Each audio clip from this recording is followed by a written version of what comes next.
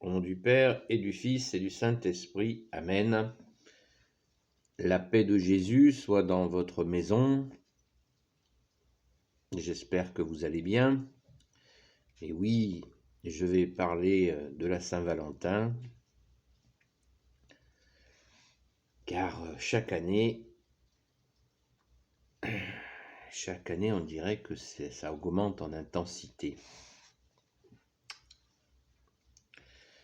C'est assez étrange. Alors, amour, amour, amour, des petits cœurs partout. Est-ce ça l'amour? Grande question. Vous avez la réponse. Alors, on peut dire, beaucoup diront, c'est commercial, patati patata, ce qui n'est pas faux. C'est une aubaine, certainement un très très gros chiffre d'affaires pour les fleuristes. Mais ne méprisons pas, à mon avis, c'est mon humble avis, les fleuristes, car c'est un beau métier. C'est un métier qui est astreignant, qui est un métier difficile. C'est un métier d'artisanat, d'indépendant. Donc des personnes qui ont du courage. Et moi, je trouve ça déjà une belle preuve d'amour de faire ce métier-là. Tout à fait plaisant d'avoir, des fois dans un village, dans des quartiers bien sûr, en ville, des fleuristes qui, par la merveille de la création, du Père, du Fils Jésus et du Saint-Esprit, nous avons des fleurs comme ça dans une boutique et c'est très agréable. Et on ne peut que rendre grâce et leur souhaiter bon courage. Certains essayent de proposer des fleurs de France, j'en connais. Bravo.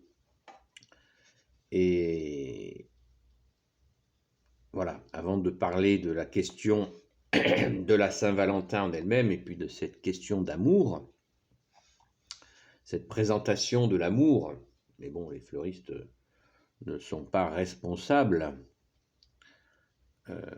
de ce que fait chacun. Il faut quand même être sérieux. Et si cette opération leur permet de vivre de leur métier, eh bien, tant mieux. Maintenant, nous, pécheurs, nous, catholiques, nous pouvons bien sûr réfléchir sur cette notion d'amour, sur la notion d'amour. Parce que dans la société matérialiste de consommation, et là je parle de la consommation en général, je ne parle pas des fleurs en particulier, eh bien il y a une substitution qui se fait. J'ai des besoins, et la personne du couple doit être satisfaite dans ses besoins et je vois ici ou là des personnes qui ont des critères pour être en couple et ça devient un petit peu un cahier des charges. Alors ça, c'est assez terrifiant. Voilà, cherchez le mot, merci Jésus. C'est assez terrifiant de voir ça, un système de cahier des charges. Alors que, bien sûr que on doit rechercher à s'entendre quand on rencontre quelqu'un, voir si on est compatible, bien entendu. Et l'idée, à mon avis, ce qu'il ne faut surtout pas oublier, c'est Où est l'âme? Où est l'âme dans cette recherche de la personne avec qui on va partager sa vie? Est-ce que l'âme est prise en compte? Parce que beaucoup, justement, sont dans un cahier des charges. Il faudrait qu'il soit comme ci, comme ça, comme ça. Il faudra qu'elle soit comme ci, comme ci, comme ça. Et est-ce que la première des choses, est-ce que l'âme est prise en compte? C'est à mon avis la question centrale, la question de l'âme. Et prendre l'âme se nourrit de la parole de Dieu, de la parole de Jésus, se nourrit par le saint baptême catholique, elle se nourrit par ses actions, comme l'a demandé Jésus, nourrissez les affamés, donnez à boire à ceux qui ont soif, habillez ceux qui sont nus, libérez les captifs, etc., etc. Vous connaissez la parole. C'est ce que Jésus demande.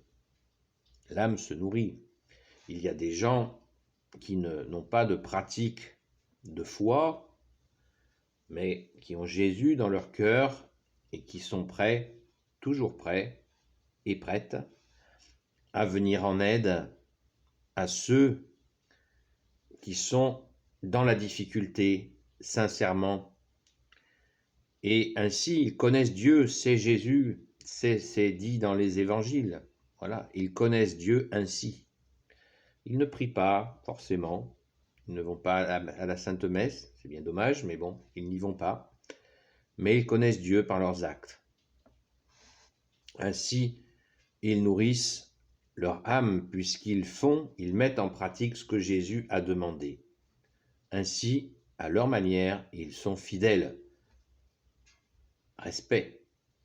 À l'inverse, il y a des gens qui ont une pratique dans la foi, qui peuvent aller régulièrement à la messe, et qui ne posent pas d'actes comme ce que Jésus a demandé, ce qui pose un problème. Saint Jacques disait, c'est dans les évangiles, Saint Jacques dit, une foi sans acte est une foi morte.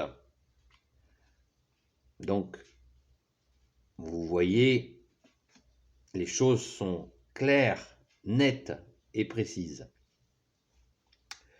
Donc, j'en reviens à cette question du choix de la partenaire ou du partenaire avec ce système qui est vraiment ténébreux de faire un cahier des charges. Alors souvent, les personnes font des cahiers des charges quand elles viennent d'un échec. Quand elles ont subi un échec très douloureux, pour se protéger, elles disent, ben voilà, je veux ça, ça, ça, ça et ça. Bon. Peut-être qu'il faudrait procéder dans le sens inverse, de dire, voilà, ce que je ne veux plus, mais ça, je le médite à mon cœur, je demande à Jésus de me trouver une personne avec qui ça se passera bien. Pour mon âme, bien sûr, et pour mon âme, ça veut dire bien pour moi-même, et que je puisse être, que cette relation soit vertueuse. Si confier cette demande à Jésus, eh bien, ce sera certainement, de toute évidence, infiniment plus efficace que de se blinder d'un cahier des charges qui ne fait que rappeler nos douleurs. Parce que quand on dit je veux ci, je veux ci, je veux ci, je veux ça, je veux ci, je veux ci, je veux ci, je veux ça, on énumère des douleurs que l'on n'a pas passées, que l'on n'a pas données à Jésus pour grandir. Donc, il vaut mieux donner ces douleurs, pourquoi pas, bien sûr, aller à une confession et offrir dans la confession avec un prêtre catholique toute cette misère que nous avons subie et aussi la misère que nous avons fait à des personnes avec qui nous avons été en couple. Ainsi, on progresse et on peut s'ouvrir à une relation qui soit enfin paisible et surtout constructive et qui nourrisse notre âme. Il y a énormément, vous le savez, de familles recomposées. Certains ont du mépris vis-à-vis des familles recomposées. Je trouve ça très dommage, car il y a des familles recomposées où ça se passe très bien. Et il y a des familles non recomposées, qui ont des personnes qui se sont bien trouvées dès le début, qui n'ont pas vécu d'échecs, et ça se passe bien aussi. Et il y en a où ça se passe pas bien. Donc il faut, comme nous l'a demandé Jésus, d'éviter de juger les uns et les autres, et de prier quand nous voyons des situations qui ont l'air compliquées, difficiles, et bien de prier pour ces personnes, ne pas rester dans la... On voit que ça se passe pas bien et on tourne les talons. Non, on voit que ça se passe pas bien. Au moins, on dit une prière pour ces personnes. Ce sont ce couple, ces enfants de plusieurs papas et mamans. Eh bien, nous prions. Nous ne restons pas indifférents à cette souffrance que nous observons. Car des personnes se retrouvent et elles mettent en commun, souvent, hélas, elles mettent en commun une souffrance. Au lieu de donner ces souffrances à Jésus, pour qu'enfin elles en soient libérées et qu'elles puissent retrouver la paix et la joie et l'amour, bien sûr, que tu es Jésus. Alléluia. Donc, ne soyons pas indifférents à la souffrance d'autrui. C'est très important. On peut aussi leur donner un coup de main pratique, concret. C'est possible. Le tout, c'est de ne pas être indifférent. Merci Jésus de nous guider, de nous conduire quand des moments, dans des situations où ça impose à nous que nous pouvons donner un coup de main, eh bien nous le sentons dans notre cœur que Jésus nous... Oh, voilà, à toi de jouer. C'est pas violent, c'est tout amour, merci Jésus. Et là on sent que on va pouvoir y aller là. Donner un bon coup de main. Quel bonheur et quelle joie pour nous, pour notre âme, d'être dans l'application de ta parole, ô Jésus. Amen. C'est si difficile, comme le disait le grand Saint Paul, comme le dit le grand Saint Paul, puisqu'il est dans la communion des saints, il est avec nous. Il dit, pourquoi je fais le mal que je ne veux pas faire et je ne fais pas le bien que je voudrais faire. Donc quand nous arrivons à faire le bien que Jésus, tu veux qu'on fasse, ça pétille. On est dans la joie.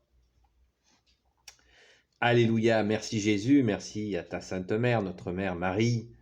Merci Grand Saint Joseph de nous y aider. Merci Sainte Marie-Madeleine, notre chère Sainte Patronne. Merci à vous tous les saints et saintes, amis de Jésus. Alléluia. Donc,